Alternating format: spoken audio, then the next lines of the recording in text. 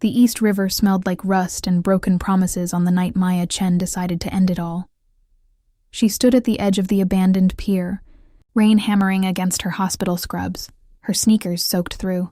28 years old and drowning in medical school debt she'd never finish paying because she'd just been expelled for a mistake that wasn't even hers. Her roommate had cheated, used Maya's student ID, and when everything collapsed, no one believed the scholarship girl from Chinatown. The water below looked black and final.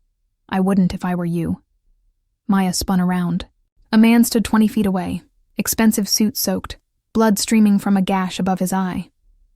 He swayed, gripping his side where his white shirt bloomed crimson. "I'm serious," he said, voice tight with pain. "That water's filthy. You'd probably die of infection before drowning. Who are you? Someone who just got shot." He took a step and stumbled. Someone who needs help. Maya's nursing instincts overrode everything else. She rushed forward, catching him before he collapsed. Up close, she saw his face, sharp cheekbones, dark hair plastered to his forehead, eyes the color of whiskey in lamplight. Gunshot wound, she assessed quickly. Through and through. You need a hospital. No hospitals. His grip on her arm was desperate. They'll find me. They'll finish what they started. Who? People I trusted. His laugh was bitter. People I gave everything to. Maya pressed her hand against his wound. His blood was hot against her freezing fingers. You'll die without treatment. Then I die. He looked at her with sudden intensity. But you don't. Whatever brought you here tonight, it's not worth it. Trust me. Something in his voice cracked open a part of her she thought was already dead. Here was a man bleeding out on a pier, and his concern was for a stranger. I was a nursing student, she said, until yesterday. Then save me. His eyes locked with hers. Give me one good reason why either of us should survive tonight, and I'll give you 1,000 reasons to keep living. Rain fell between them like a curtain. Maya made a choice. My apartment's 6 blocks from here. Can you walk? He nodded, then nearly collapsed again. She wrapped his arm around her shoulders, taking his weight. They stumbled through empty streets, 2 ghosts in the storm. Her studio apartment was small, cluttered with textbooks she'd never open again. Maya laid him on her bed, grabbed her emergency medical kit from when she volunteered at the free clinic. This will hurt, she warned. Everything hurts. But when she began cleaning the wound, his jaw clenched. What's your name? Maya Chen. I'm Ethan. He paused. Ethan Cross. Her hands froze. The Ethan Cross? Cross Technologies?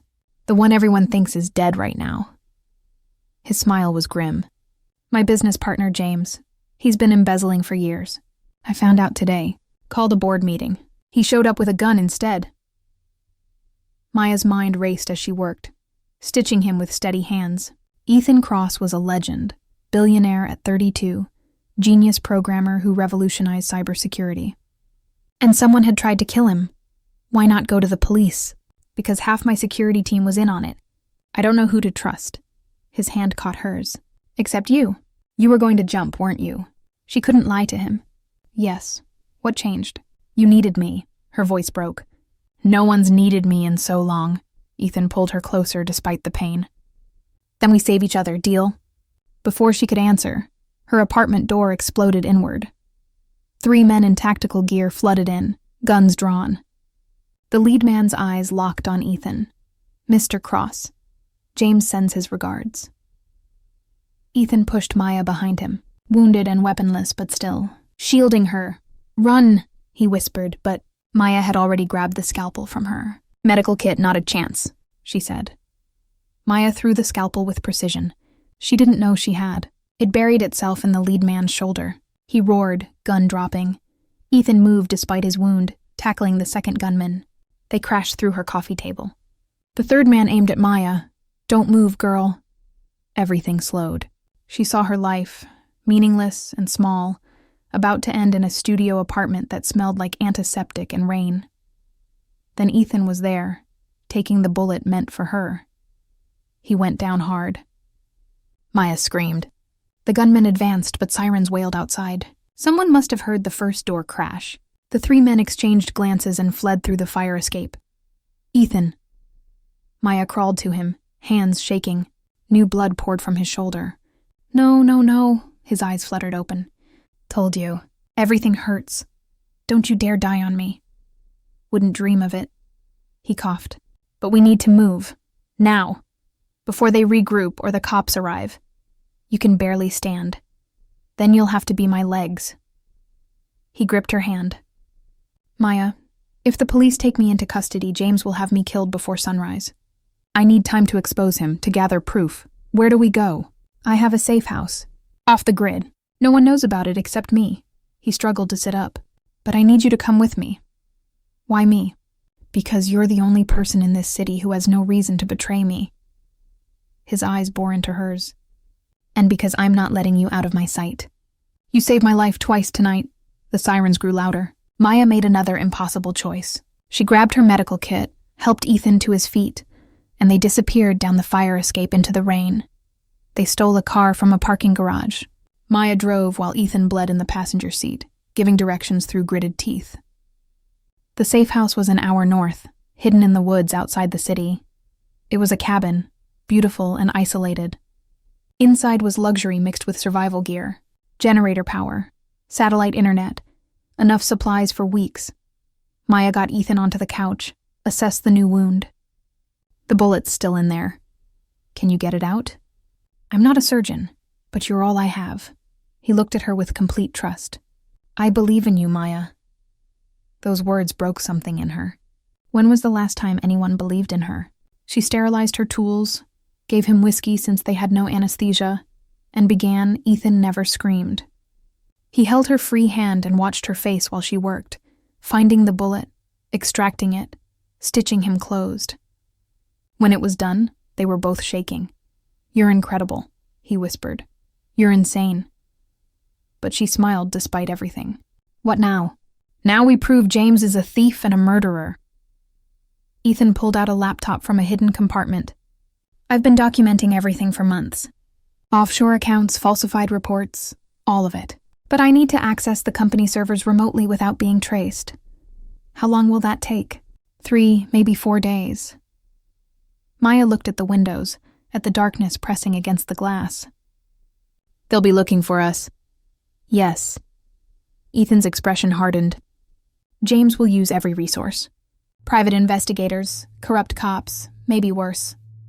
Why did you trust him? Because he was my friend. Pain flickered across his face, deeper than any bullet wound. We built the company together. He was at my parents' funeral. I was the best man at his wedding. And he's been stealing from me, from our employees, from our clients for 3 years. Maya sat beside him. I understand betrayal. Your roommate. She was my best friend since freshman year. We shared everything. Bitterness crept into her voice, except integrity. They sat in silence, 2 wounded people in a cabin at the edge of the world. Then Ethan's hand found hers. Maya, when this is over, when James is in prison and I have my company back, I want to help you. New school, clean slate, whatever you need. Why? Because you jumped off a pier into my life, and nothing's been the same since. He smiled, tired but genuine. Because you're fierce and brilliant and you deserve every chance you were denied. Maya felt tears threatening. I don't even know you. Then get to know me. We have 4 days. Those 4 days became a crucible. Maya tended Ethan's wounds while he worked, hacking into systems, gathering evidence. They talked through the nights, sharing stories, scars, dreams they'd given up on.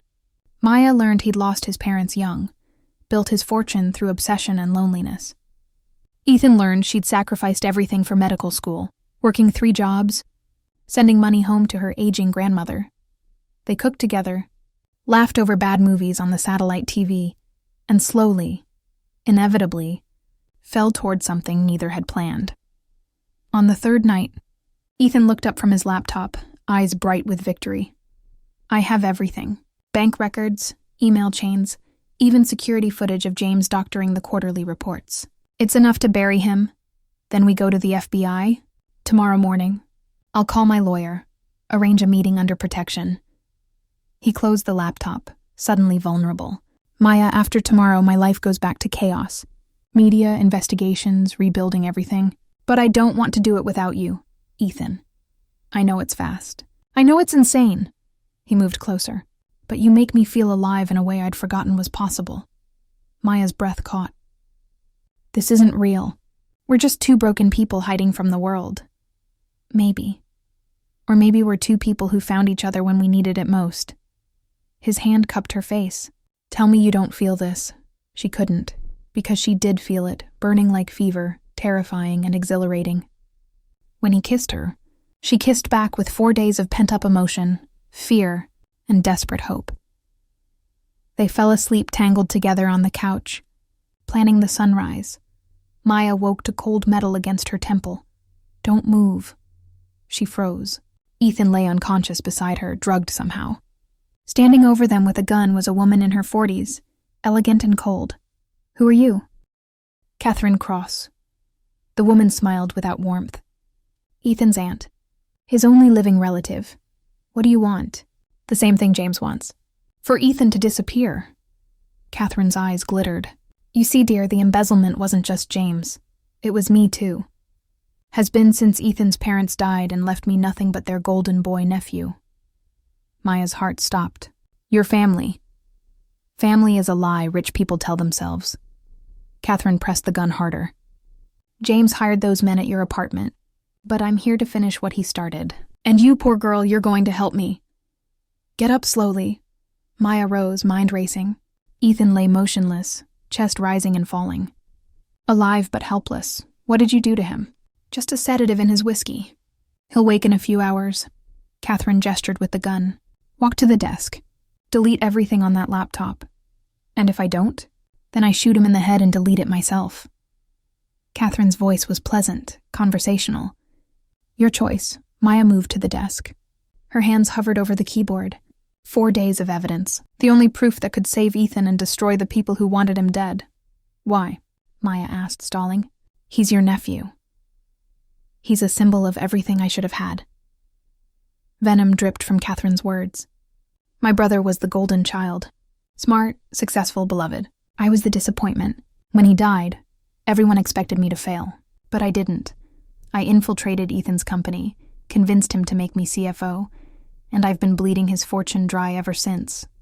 He trusted you. Trust is weakness. Catherine moved closer. James was useful but sloppy. He got greedy, moved too much money too fast. When Ethan started investigating, James panicked. But I've always been smarter. I waited, planned, and now I'm here to clean up the mess. Maya's fingers trembled over the delete key. Behind Catherine, through the window, she saw movement in the trees. Shadows approaching the cabin. There are more of you, Maya whispered. James and his team. I called them while you two were sleeping, told them where to find us. Catherine smiled. They think they're here to kill Ethan and take the evidence. But I'm going to kill them all. Frame it as a murder-suicide. The deranged nephew and his accomplice, taking out the people who discovered their crimes.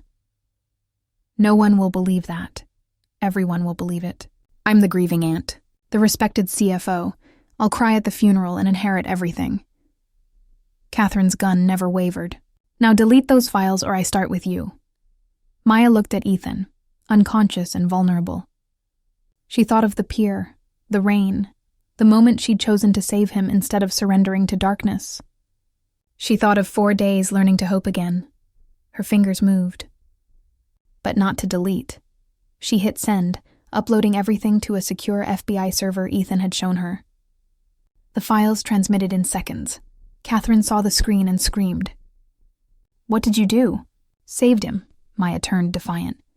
The FBI has everything now. You can kill us, but you're finished. Catherine's face twisted with rage. She aimed at Maya's chest. The door exploded inward. James and 3 armed men stormed in, guns raised. They saw Catherine, saw Maya, saw Ethan on the couch. What the hell is this? James demanded. You said you'd have him ready. Change of plans. Catherine swung her gun toward James. You're all witnesses now. Loose ends, she fired. James dove, but the bullet caught his shoulder. His men returned fire. The cabin erupted into chaos. Maya dropped, crawling toward Ethan. Bullets shredded the walls. Glass shattered. Someone was screaming. Maya reached Ethan, shook him hard. Wake up. Please wake up. His eyes fluttered open, drugged and confused. Maya? We have to move. Now. She hauled him up, half dragging him toward the back door. Behind them, Catherine and James were in a full firefight, both sides bleeding, both sides desperate. They burst into the cold night air, stumbling into the woods. What happened? Ethan's voice was thick. Your aunt. She's been stealing from you with James. She drugged you. Catherine. He sounded destroyed. No, she's family. I'm sorry. Maya pulled him deeper into the trees. Behind them, gunfire continued. I'm so sorry. They ran until Ethan collapsed against a tree, shaking off the sedative. In the distance, new sirens approached. The FBI responding to Maya's upload. You sent the files, Ethan realized. I had to. He pulled her close, trembling. My aunt wanted me dead. I know. Everyone I trusted has betrayed me.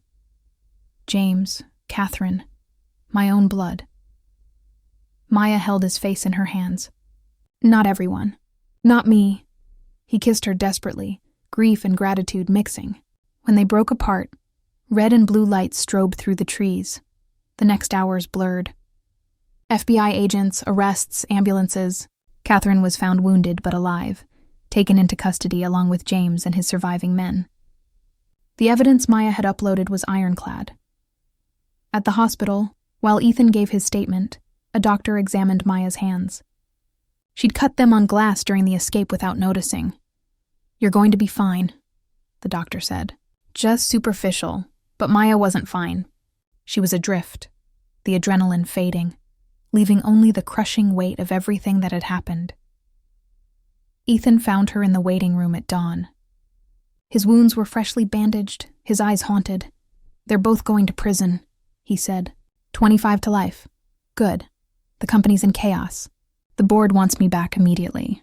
There are 1,000 fires to put out. He sat beside her. Maya, I meant what I said. I want to help you. Medical school, expenses, whatever you need. Something cold settled in Maya's chest. As payment? What? No. He looked stricken. As gratitude. As more than that. What are we, Ethan? Her voice cracked. 2 people thrown together by violence and fear. Is that a foundation for anything real? It could be. You're a billionaire who just watched your family betray you. I'm a broke dropout who helped you survive. When this fades, when you're back in your world and I'm in mine, what then? Then we choose each other anyway. Maya wanted to believe him. But she'd believed before. In her roommate, in the system, in a future that turned to ash. I need time, she whispered. I need to figure out who I am without the crisis. Pain flickered across Ethan's face. How much time? I don't know. He took her hand gently. Then take what you need. But Maya, I'll wait, however long it takes. A nurse approached with discharge papers. Maya signed hers and stood. Goodbye, Ethan. Not goodbye. His voice was fierce. Never goodbye. Just see you soon. She walked away, not looking back, afraid if she did, she'd never leave. 3 months passed. Maya moved to Boston, started working at a community clinic. She lived small and quiet, rebuilding herself piece by piece. She didn't contact Ethan, though she followed the news. His company recovered. Catherine and James were convicted. Ethan threw himself into work, into charity, into everything except his own happiness. Late one night, Maya's phone rang. Unknown number. Hello? Maya Chen? A woman's voice, official. This is Dr. Sarah Kim from Manhattan Memorial. Ethan Cross was brought in an hour ago. Car accident. He's asking for you. Maya's world tilted. How bad? Bad enough that you should come. She drove through the night, breaking every speed limit, praying to gods she didn't believe in. At the hospital, a nurse led her to ICU. Ethan lay in a tangle of tubes and monitors. His face was battered, his breathing labored, but his eyes opened when she entered. You came, he whispered. Of course I came. She took his hand, careful of the IV. What happened? Drunk driver. He smiled weakly. Ironic. Survive assassination attempts just to get hit by some idiot in a pickup. Don't joke. You're hurt. I'm dying, Maya. Her breath stopped. What? Internal bleeding. They can't stop it. My liver's failing. His grip tightened. I have maybe 6 hours. No. Tears streamed down her face. No, I just found you again. Then don't waste our time. He pulled her closer. Marry me. You're delirious. I've never been more clear. Ethan's eyes burned with intensity. Maya, I've spent 3 months trying to forget you, working myself into the ground, throwing money at problems, anything to fill the void. Nothing worked, because the void is U-shaped. Ethan. I'm not asking for forever. We don't have forever. His voice broke. I'm asking for 6 hours. Let me die as your husband. Let me have that one perfect thing before the end. Maya's heart shattered. This is insane. So was saving me on that pier. So was running into the woods while people shot at us. Insanity is all we've ever had. He tried to sit up, grimaced. Please, give me this. A doctor entered, grave-faced. Mr. Cross, we need to discuss palliative care. No. Ethan's voice rang with authority despite his injuries. I need a chaplain, now, and a marriage license, sir. You're not thinking clearly. I'm thinking perfectly clearly for the first time in months. He looked at Maya. If she'll have me. The doctor glanced between them, understanding dawning. I'll see what I can do. An hour later, a hospital chaplain stood at Ethan's bedside. Maya wore borrowed scrubs because she'd driven through the night. Ethan wore a hospital gown and more bandages than skin. 2 nurses served as witnesses. Do you, Ethan Cross, take Maya Chen to be your wife? I do. His voice was steady. Do you, Maya Chen, take Ethan Cross to be your husband? Maya looked at the man who'd changed her life, who'd given her purpose when she had none, who was dying and spending his last hours on her. I do. By the power vested in me, I now pronounce you husband and wife. Ethan kissed her, gentle and desperate. The monitors beeped steadily. The nurses cried. After everyone left, Maya climbed carefully into the hospital bed, holding Ethan against her chest. Thank you, he whispered. For what? For being my wife, even if only for hours. He coughed, and Maya felt wetness on her scrubs. Blood. Maya, I need to tell you something. Save your strength. I don't have strength to save. He looked up at her. My will leaves everything to you. The company, the money, all of it. My lawyers executed it the day you left. You're my sole heir. Maya's blood ran cold. No, Ethan, no. You're the only person I trust. The only one who saw me, not my money. He touched her face. Use it well. Help people. Live the life you deserve. I don't want your money. I want you. You can't have me, but you can have everything else. His breathing grew labored. Promise me. Promise you'll use it to do good. I promise. She was sobbing now. I promise everything. Then I can go in peace. The monitors began alarming. Doctors rushed in. Maya was pushed aside as they worked on Ethan, shocking him, injecting medications, fighting desperately to keep him alive. Dr. Kim appeared beside Maya. Mrs. Cross, I need to speak with you. Mrs. Cross. The title felt like a knife.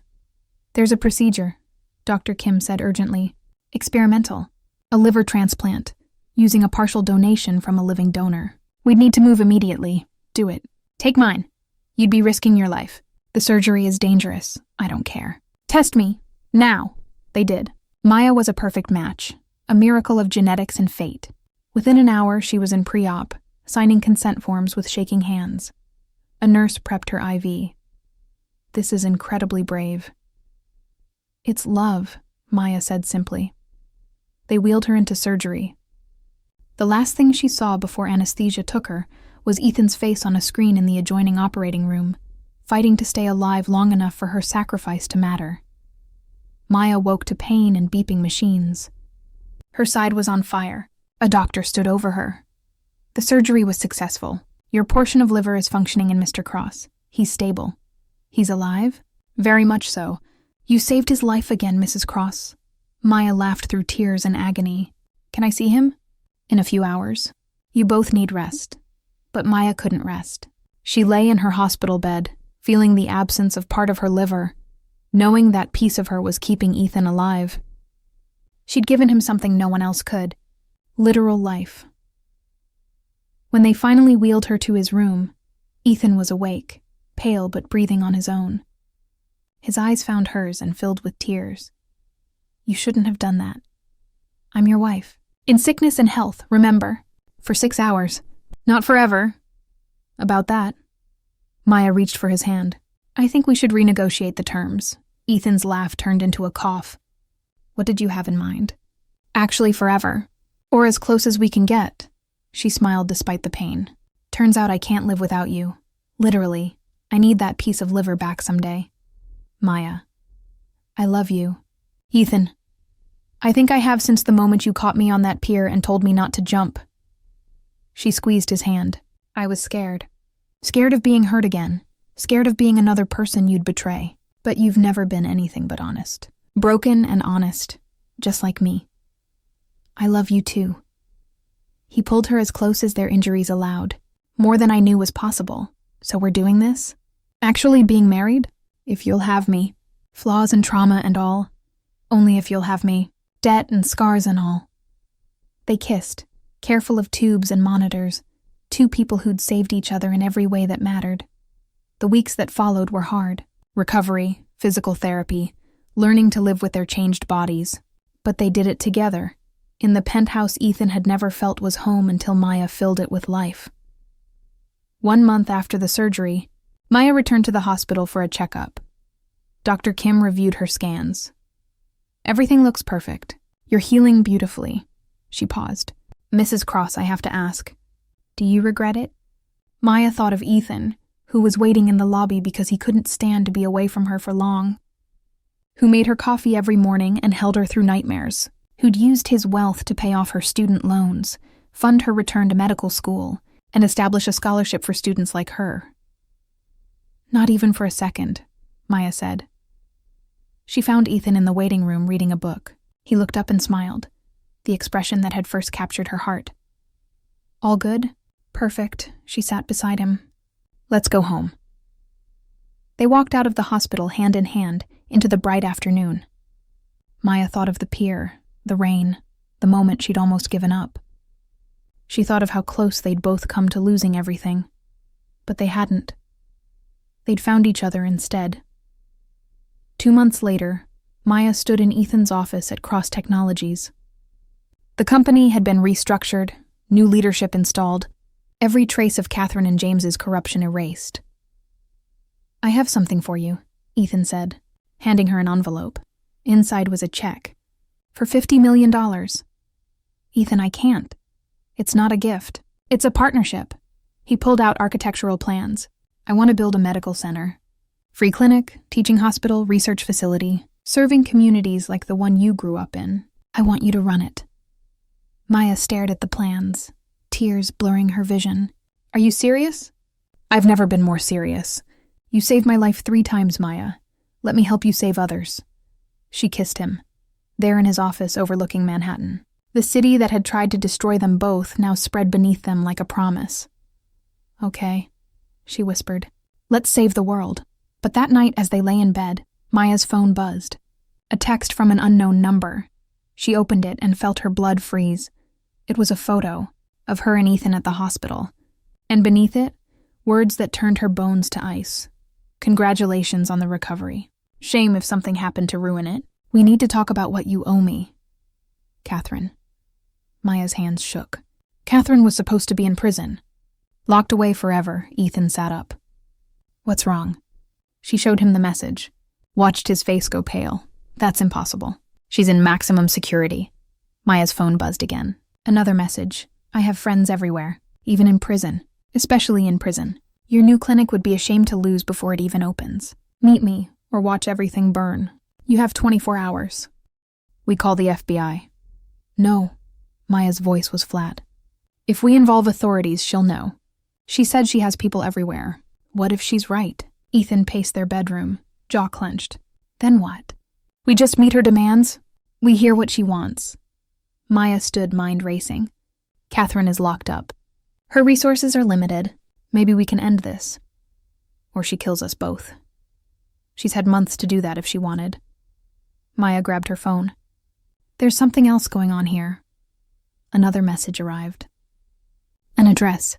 A warehouse in Red Hook. Tomorrow at midnight. Come alone, Maya. Bring your husband and people die. Ethan read over her shoulder.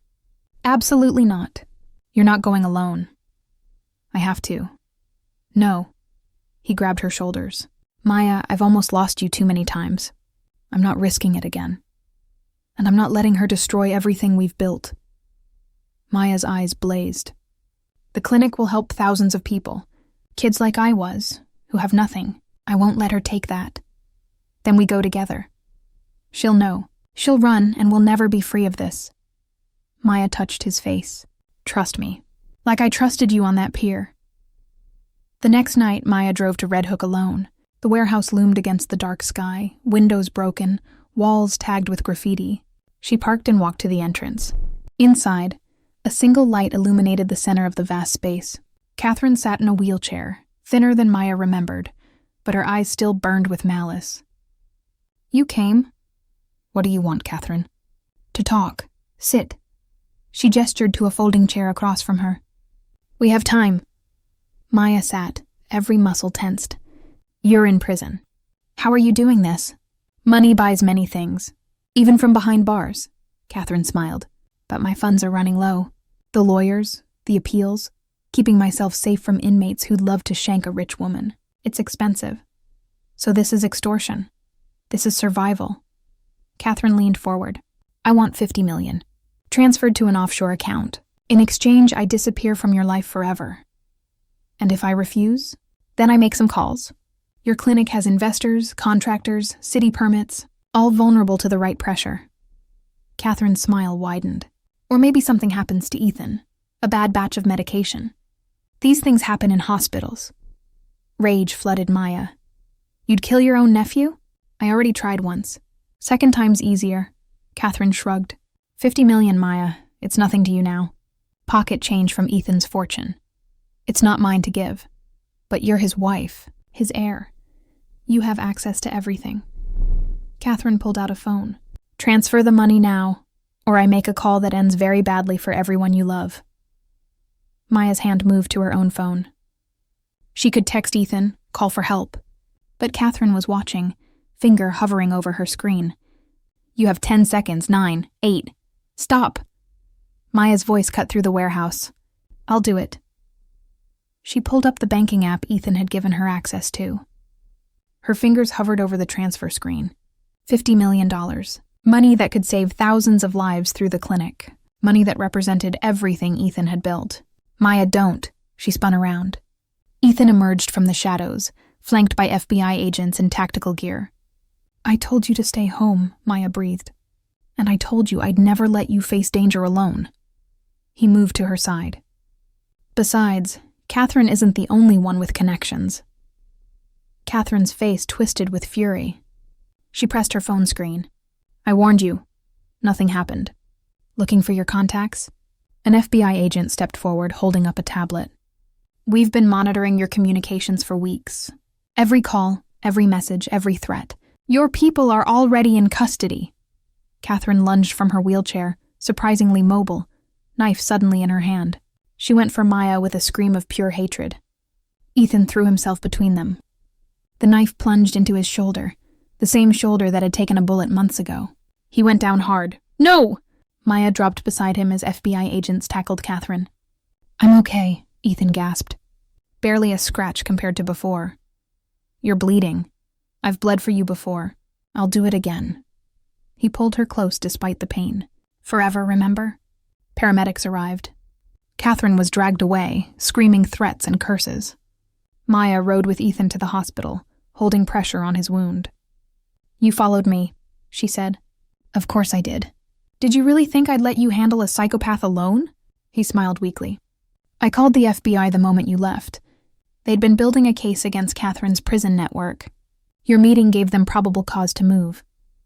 You used me as bait. I protected you. There's a difference, he coughed. Did you really think I'd let anything happen to you? At the hospital, doctors stitched Ethan up. The wound was superficial, missing anything vital. By morning, he was cleared to go home. In their penthouse, as dawn broke over Manhattan, Maya held Ethan on their couch. His head rested on her shoulder, bandaged but alive. Catherine will go away forever this time, Ethan murmured. Additional charges. Attempted murder of a federal witness. They're talking life without parole. Good. Maya stroked his hair. It's finally over. Is it? He looked up at her. Maya, I need to know. When you were about to transfer that money, were you going to do it? She met his eyes. Yes. Why? Because losing 50 million is nothing compared to losing you. She kissed his forehead. Everything you have, everything we've built, means nothing if you're not here to share it with me. Ethan pulled her closer. I love you, Maya Chen Cross. I love you too, you reckless, beautiful idiot. They sat together as the city woke below them, two people who'd saved each other in every way that mattered, who'd faced death, betrayal, and impossible choices, and chose each other every time. 6 months later, Maya stood at the ribbon-cutting ceremony for the Chen Cross Medical Center. The building rose 15 stories in the heart of the neighborhood where she'd grown up. Free clinic on the first 3 floors, teaching hospital above, research facilities at the top. Ethan stood beside her, fully healed, wearing a suit that made him look like the billionaire he was. But when he looked at Maya, he was just a man in love. Ready? He asked. Ready. They cut the ribbon together. The crowd erupted in cheers. Cameras flashed. Maya saw her grandmother in the front row, crying with pride, saw former classmates, people from the community, children who would benefit from this place. Later, in the empty lobby after everyone left, Maya and Ethan stood hand in hand. We did it, she whispered. You did it. I just provided the money. He turned to her. You're going to change lives here, Maya. Save people the way you saved me. We saved each other. Yes. He kissed her, slow and deep. Yes, we did. Maya thought of the pier, the rain, the moment she'd almost let go. She thought of every impossible choice, every sacrifice, every terrifying leap of faith. And she thought of how one collision on a rainy night had changed 2 broken people into something whole. Ethan, yes? Thank you for falling into my life. He smiled, that transformative smile she'd fallen in love with. Thank you for catching me. They walked out of the medical center together, into the evening light. Behind them, the building stood as testament to second chances, to the power of choosing hope over despair, love over fear. 2 people who'd saved each other had learned to save the world, and that was enough. That was everything. The end.